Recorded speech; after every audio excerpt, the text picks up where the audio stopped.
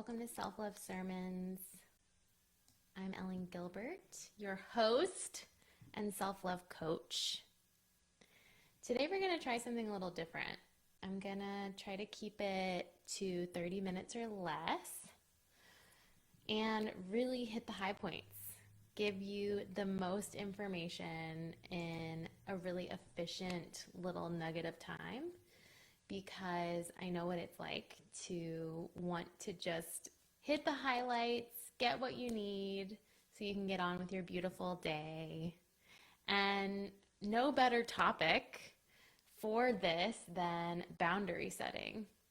So today we're talking all things setting sacred boundaries. It's one of my favorite topics of all time. So if you enjoyed today's sermon, I really encourage you to make a donation at ellengilbert.com/donate. It really makes a difference. And go ahead, if you haven't yet, if you're watching on Instagram or watching the replay on YouTube or listening on SoundCloud, go ahead and join my free Facebook community, Divine Feminine Self-Love. That's where I go live with these sermons every week. And I also go live on the cross-quarter days of the Wheel of the Year with special Divine Feminine trainings. And I'm planning a whole new series of podcast interviews that are actually going to start and take place live right in the group. So you can always ask us your questions there. We also do regular moon check-ins, cycle check-ins. It's just a really beautiful space to find community of folks who are also, on this self-love train, people who know what you're going through. All right. Okay. What else? Oh, I really want to encourage you to sign up for Become Your Own Soulmate. This is my favorite coaching container that I offer. It's 12 weeks of one-on-one coaching with me. And right now I'm overhauling the entire program. So I'm taking the best, the absolute cream of the crop of what I have learned in my years as a coach, as a trainer, as a teacher, as a meditation guide, and as a self-love practitioner. And I am totally up-leveling every aspect of Become Your Own Soulmate. So it's going to be really shiny and new and beautiful and have all of my best training materials. And if you don't know about Become Your Own Soulmate, and you have any questions, please send me a message.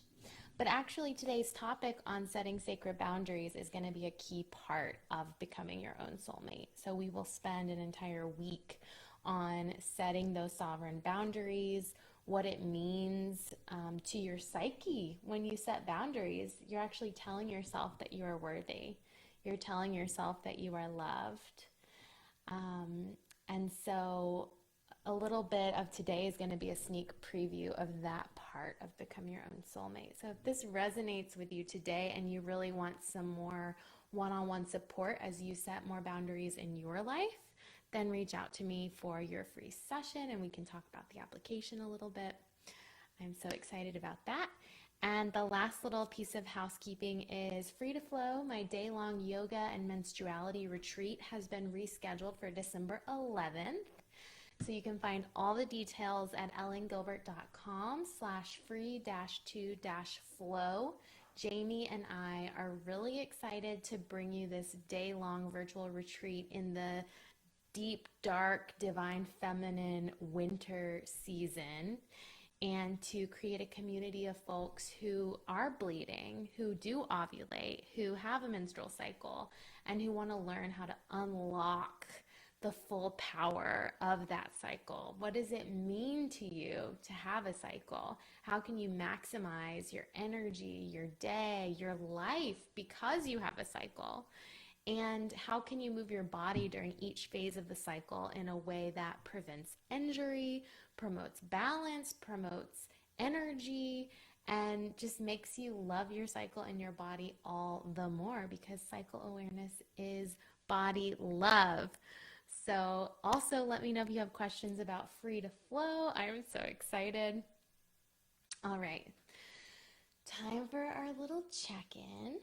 So the question to ponder today: When was the last time you said yes to something or offered a resource you didn't have because you felt obligated or that it was expected of you? When was the last time you said yes to something or offered something out of obligation? And what was the outcome? How do you think that person felt? How did you feel? Really bringing to mind that last time that this happened. If it helps, taking a moment to close the eyes, maybe place a hand on the heart. Just remembering.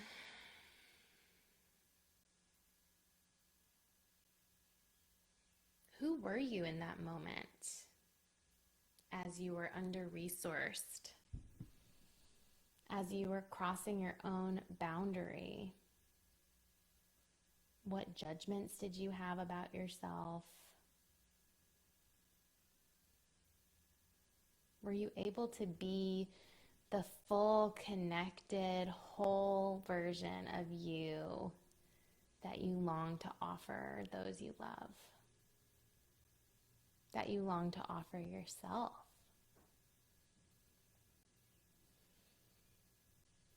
And if you could go back in time, what would you say or do differently?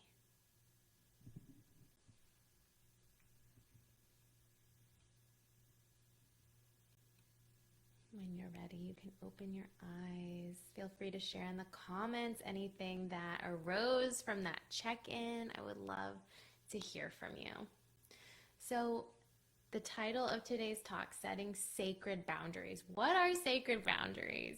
Well, to me, all boundaries are sacred because this is the medicine that your heart most longs for, right? This is that proof that I spoke of, the proof to your psyche and your soul that you believe you are worthy. Like you actually believe it. It's that authentic compassion glue that binds genuine community together. Okay? It's genuine and authentic because it's from a place of resource, a place of truth, a place of honesty. So really, sacred boundaries are the heart of all real relationships. And I think plenty of us know what I mean by real relationships, real, raw community where you can be your whole self. So sacred boundaries are the ultimate self-care, aren't they? We're going to talk about 3 kinds of boundaries, and then I'm going to talk you through how to check in and decide, and what it looks like to say no and what it looks like to say yes. Okay? So energetic boundaries are the first type of boundary. And I was just coaching a client through this yesterday, actually. Actually, 2 different people I was coaching through this yesterday.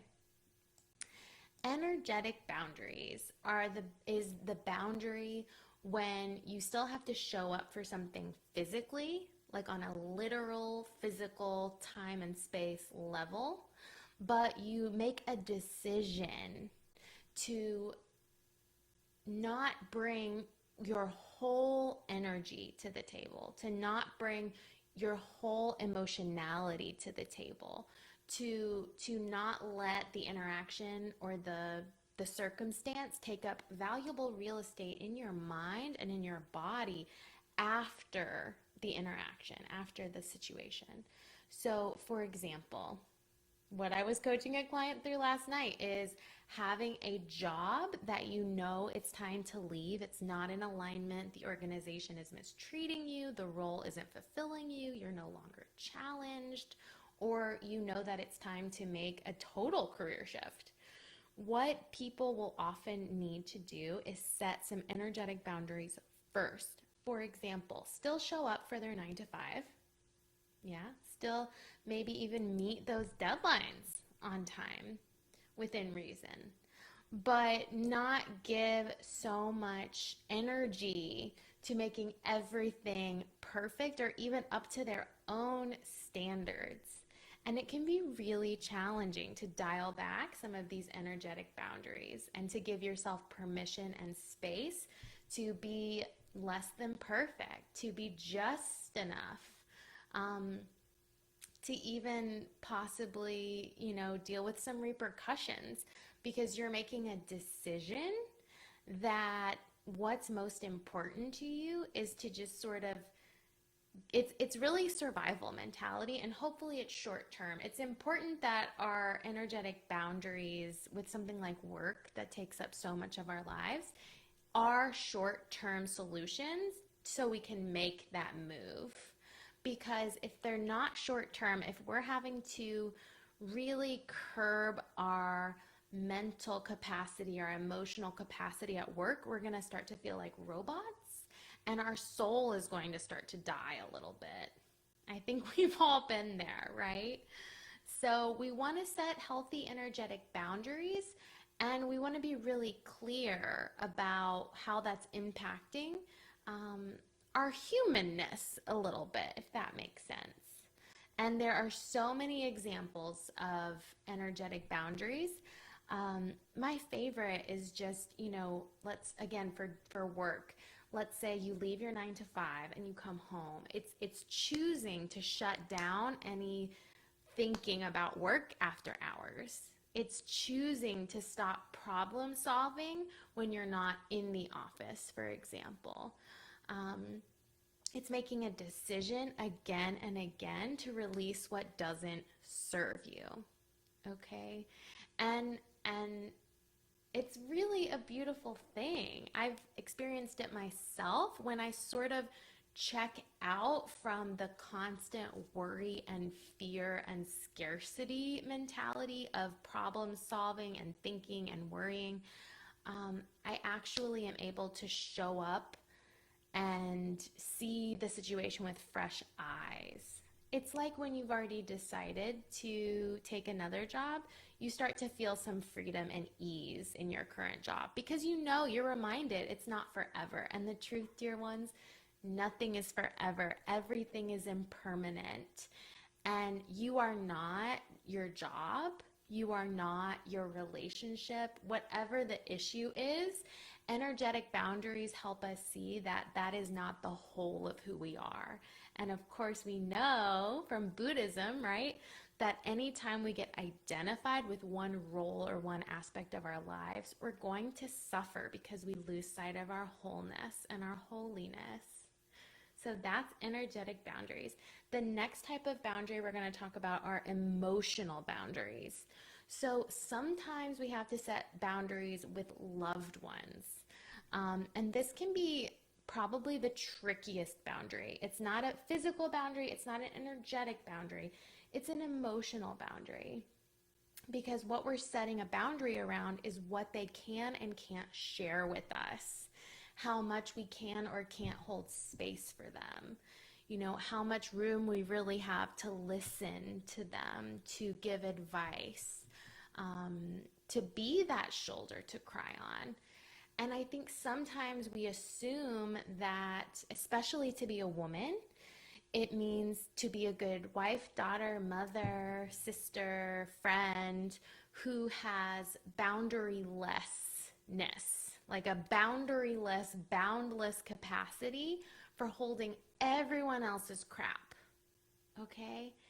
And on a spiritual level, I have experienced self-care and spiritual spaciousness to a place where it does feel that like I am this boundless being of light and love, but that's not what we're talking about. We are talking about you in your physical state, in your human carbon-based earthling body.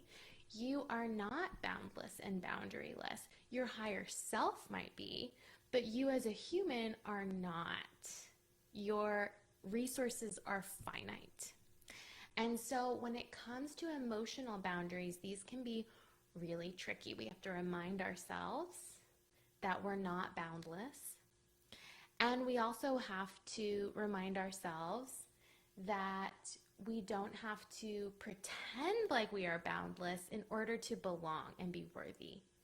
Please know that that comes from scarcity mentality. It's the fear that if I tell someone that there's a boundary, that they're going to either cast me aside and I won't belong, or I'm going to hurt their feelings and our relationship so deeply and irrevocably that I won't belong to them anymore and they won't belong to me. And that deserves your compassion. This scarcity mentality around emotional connections. We're going to get into that a little more, and I'm actually going to share with you my framework for that. But for now, I just want to really normalize that when it comes to what we share and how much we share in our personal relationships, that we need to get consent. Because consent should never be understood.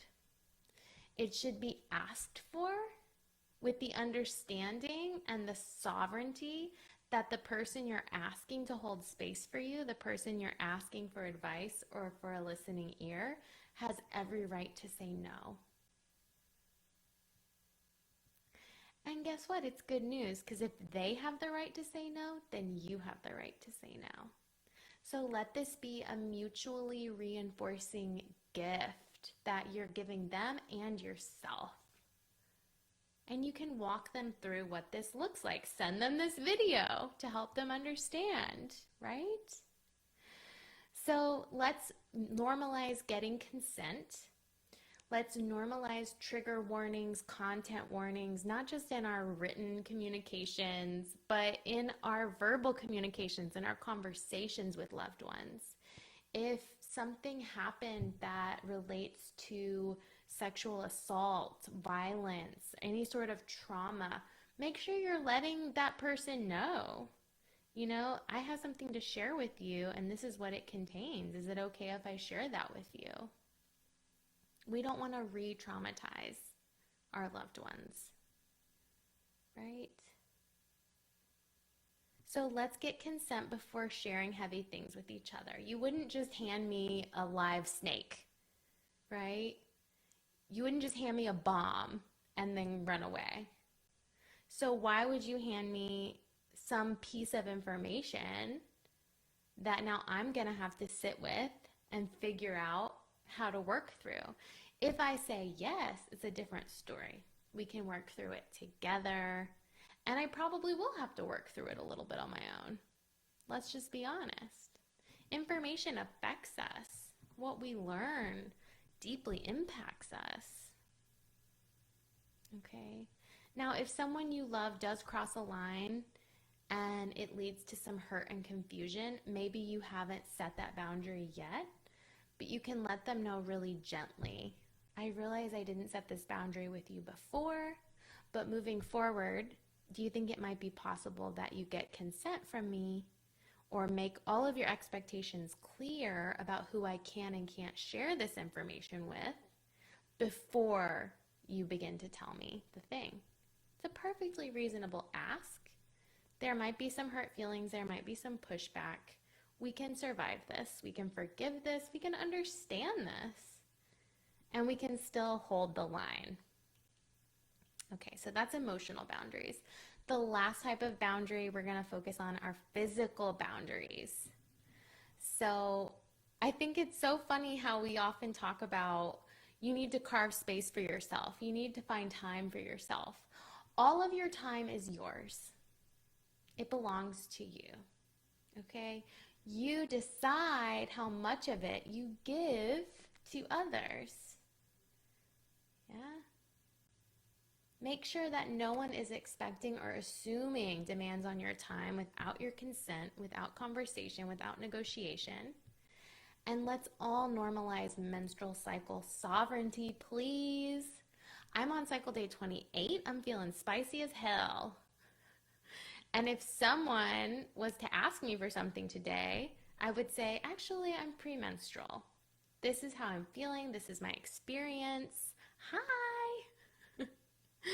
And so it would be a big, fat, sacred no from me today. And I'm always looking ahead, like I'm going to be bleeding in a couple days. So normalize saying, actually, I'm bleeding. And see what their response is. Yeah, it can feel awkward, but when we normalize this for each other and mirror it and do it, then we can see that, oh, maybe I'll still belong, even if I tell people I'm bleeding. And if that's still too scary, at least say no during your bleed, during your premenstrual days, and see how that impacts you. So, this is what we're going to practice together. This is my pause and check in method. When someone asks you for something, when someone is sharing something with you, I want you to build this muscle of the sacred pause. It can be awkward, it can be uncomfortable. Don't just have that knee-jerk reaction to offer something or make everything better for that other person. This is the definition of codependency. Many of us were raised in codependent families or come from codependent marriages or whatever it may be. So this takes some deep healing and unlearning. And part of sacred boundaries is knowing that other people's emotions are not your responsibility. It's not your responsibility to make it all better, okay? And we have to remove this mindset block that we have to hustle for our belonging. You already inherently belong. And once we've paused, what do? We don't just say nothing. We check in with ourselves. Maybe the knee-jerk reaction is no, and that's okay. But maybe you're really wanting to say yes, but there's some hesitation. So let's check in. How is my body? How are my resources, my time, money? How much effort and energy is this really going to take me? And don't forget emotional labor. Don't forget how many conversations you're going to have with someone to get them up to speed on your expectations, on your values, on what you're going to need from the situation. You know, check in with your goals, your intentions, your values, your purpose, your vision, your mission. Does this align? And then you can make a decision. Is it a sacred yes or a sacred no? So we're going to practice together. Sitting comfortably, closing the eyes.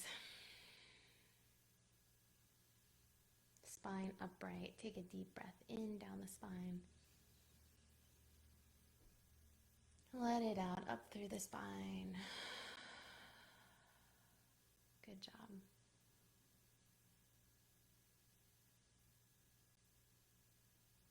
Imagine someone just asked you for something. Their words going up at the end, that question mark hanging in the air. Take another deep breath in. Let it go. I welcome you to your sacred pause.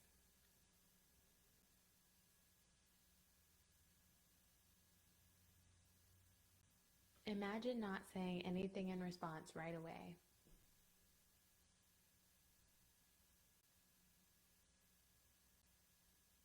Do you feel any anticipation in your body?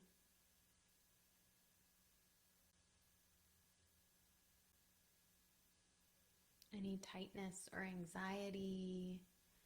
Perhaps your muscles in the legs clenching to take action.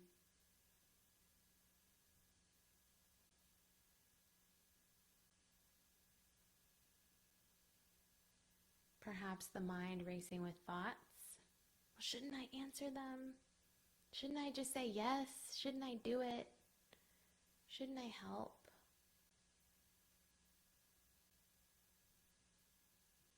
Just pause. Begin to notice the space between your breath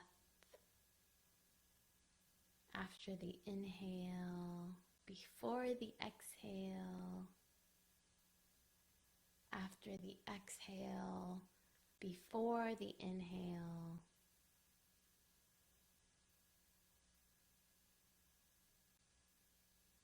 The more comfortable you become with presence, with sitting,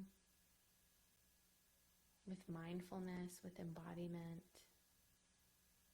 the more comfortable you become with doing nothing,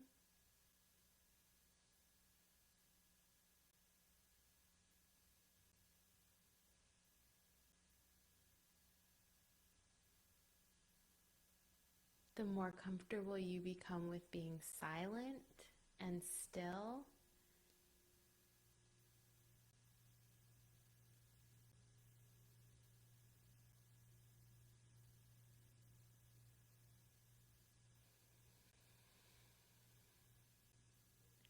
the easier it will be for you to take the sacred pause.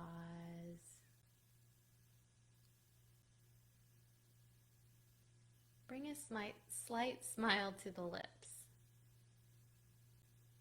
as you continue to breathe in, hold, exhale, hold, in, hold, exhale. You get the idea. This moment contains enough.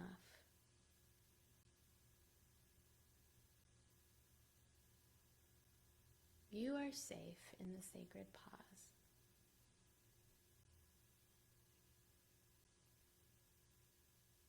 Now check in with your body. How is your energy?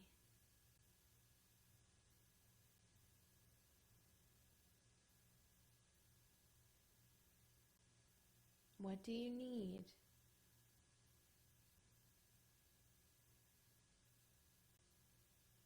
How are your emotions? Do you need space held?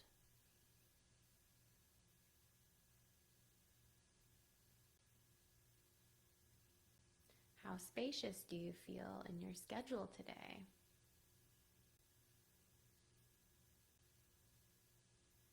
Is there pain in the body created by tension and overwhelm?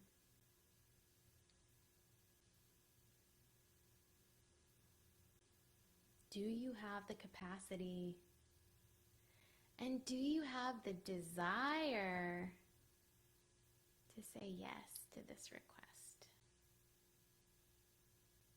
What does that sacred yes feel like?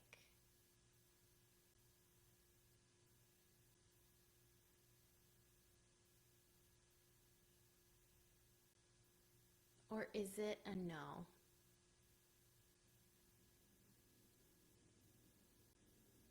Letting the sacred no come from within,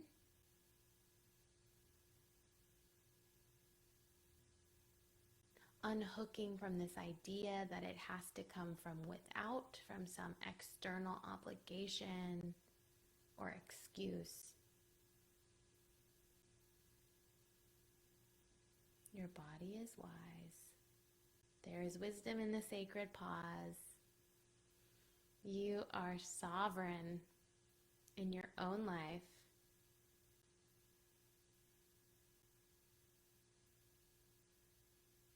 Take a deep breath in. Open your eyes. Welcome back.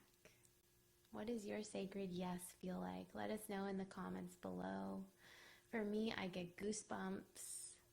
I feel like there's champagne in my veins, this effervescent, overflowing excitement. And I can see the look in the loved one's eyes when I say yes, and I know that whatever sacrifice I have to make for this to happen, that it is worth it in this moment of my life, and that it will be in alignment with my needs and my greater intention, which might be sometimes to be a good daughter, to be a good sister, to be a good wife, whatever it is. And sometimes that's okay. These are complex issues. Nothing is black and white here. But get really familiar with your sacred yes and your sacred no. Let us know what your sacred no feels like below. Sometimes it's a really clear inner ugh, almost like revolting. Sometimes it's anxiety or just a sinking depression. Sometimes you might feel yourself literally wanting to run away. The pause is everything, y'all, because it unhooks us from those expectations and those obligations that we just assume are there. And it actually lets us go inward so that our yes and our no, the consent, arises from within. This is how you become your own soulmate. This is how you show your psyche you believe you are worthy. This is how you live like you actually love yourself, like you trust yourself, like you have power, and you do. So, if it's a no, make no your new favorite word. Remember that no is a complete sentence. Stop justifying or qualifying why you are saying no. Remember, when you say no to something, you also say yes to something. So maybe get clear in the body, what are you saying yes to by saying no to this opportunity? What space is opening up and what will rush in to fill it? Whether it's more self-care, just a walk in nature, these things are valid. Your time is limited here. This is your one wild and precious life. What will you do with it? And lastly, when you do have to say no, when you do have to set that boundary, hold the line. We often think that setting the boundary is the hardest part because we can perceive conflict from the other or disappointment, and we worry we won't be able to handle it. But really, that happens and then it's over. The hardest part is holding the line for however long you have to hold it, because there will be pushback. Okay? We live in a patriarchy that really hates and is triggered and fragile about women in their maturity, standing in their power and setting these sacred boundaries. Expect pushback, y'all. And expect it as a product of the culture, not as a sign that the other person totally is devaluing you. They might be, but they also might not be, and really consider who you're talking to. You might have to give them the benefit of the doubt a little bit here. But your ego is probably going to get a little inflated when there's pushback. You're going to get identified with it. Oh, I let them down. Oh, I'm making it harder for them. Well, guess what? This is hard for you too. People put us in situations every day where we have to hold our own boundaries, and that's challenging. That is emotional labor. Okay, so give yourself some credit. And really avoid saying, oh, not right now, or oh, is that okay? Because you're giving your power away when you say that. And you're putting it back on them, which is actually kind of unfair, to then validate your boundary. Don't take responsibility for their emotions, and don't put the responsibility of your emotions and your discomfort back on them. And if you need some training wheels with saying no, you can always say, I have other plans. Even if your other plans are to lie around, those are your plans. That is your intentional life that you are worthy of creating, and that is valid. And we're not done. If you're saying yes, if it is a sacred yes from within, be really crystal clear about your expectations.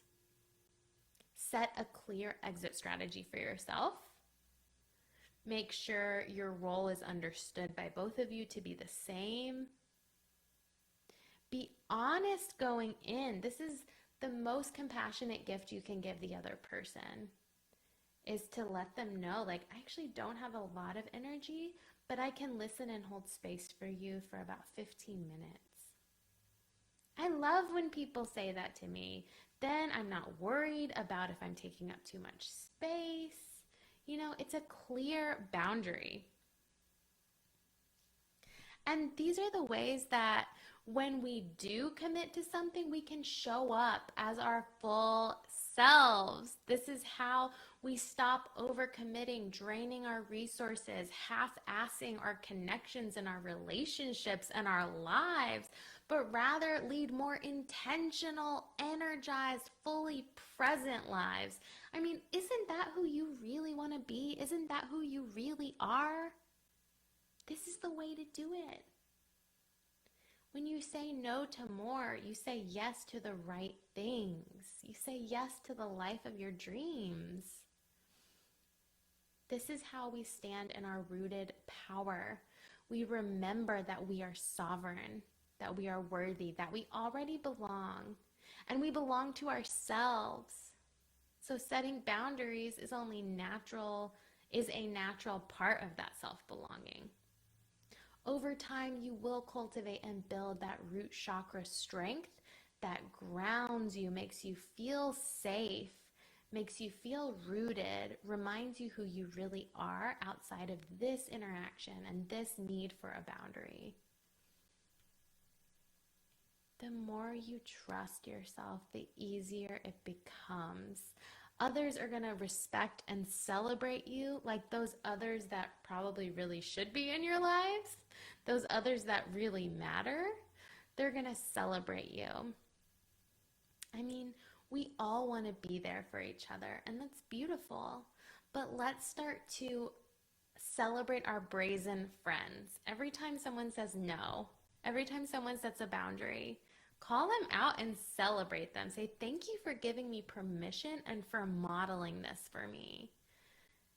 Because that's going to make them feel better, it's going to make you feel better, and it's going to inspire you to know, hey, it's safe to be my full self in this relationship.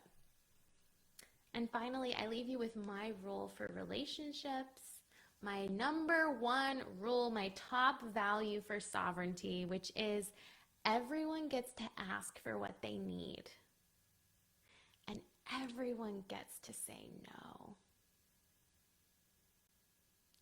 Everyone gets to ask for what they need, and everyone gets to say no. I really recommend this if you have house guests, if there's any situation, big family gathering, where you feel like certain needs and expectations are going to be understood under the surface, you're going to be judged, people are going to perceive that you are judging them. Let's just cut the bullshit. Let's stop playing codependency games. Let's state our needs. And you might be thinking, well, how can I state my needs if I don't even know what I need? Well, step one, get in touch with your body, with your needs. Remember the sacred pause. Start to practice this, and it will become muscle memory. This is two-way sovereignty, y'all. Your sovereignty models sovereignty to me and shows me it's safe, and vice versa. When I stand in my sovereignty, it is good for the world. It is good for our collective alignment, and vice versa. So there's no scarcity here. There's only abundance. Sending you so much love. Good luck setting sacred boundaries in your life. Let us know in the comments what boundaries you're excited to set and how it goes. Don't forget to book your free clarity call with me at ellengilbert.com. This 30-minute conversation will really lay the groundwork for any coaching work that you might benefit from, whether it's setting more boundaries with certain relationships or with work, whether they're physical, emotional, energetic boundaries. I'm here to troubleshoot all of that with you, and I look forward to talking to you soon. I'll see you for another self-love sermon next Tuesday. Bye for now.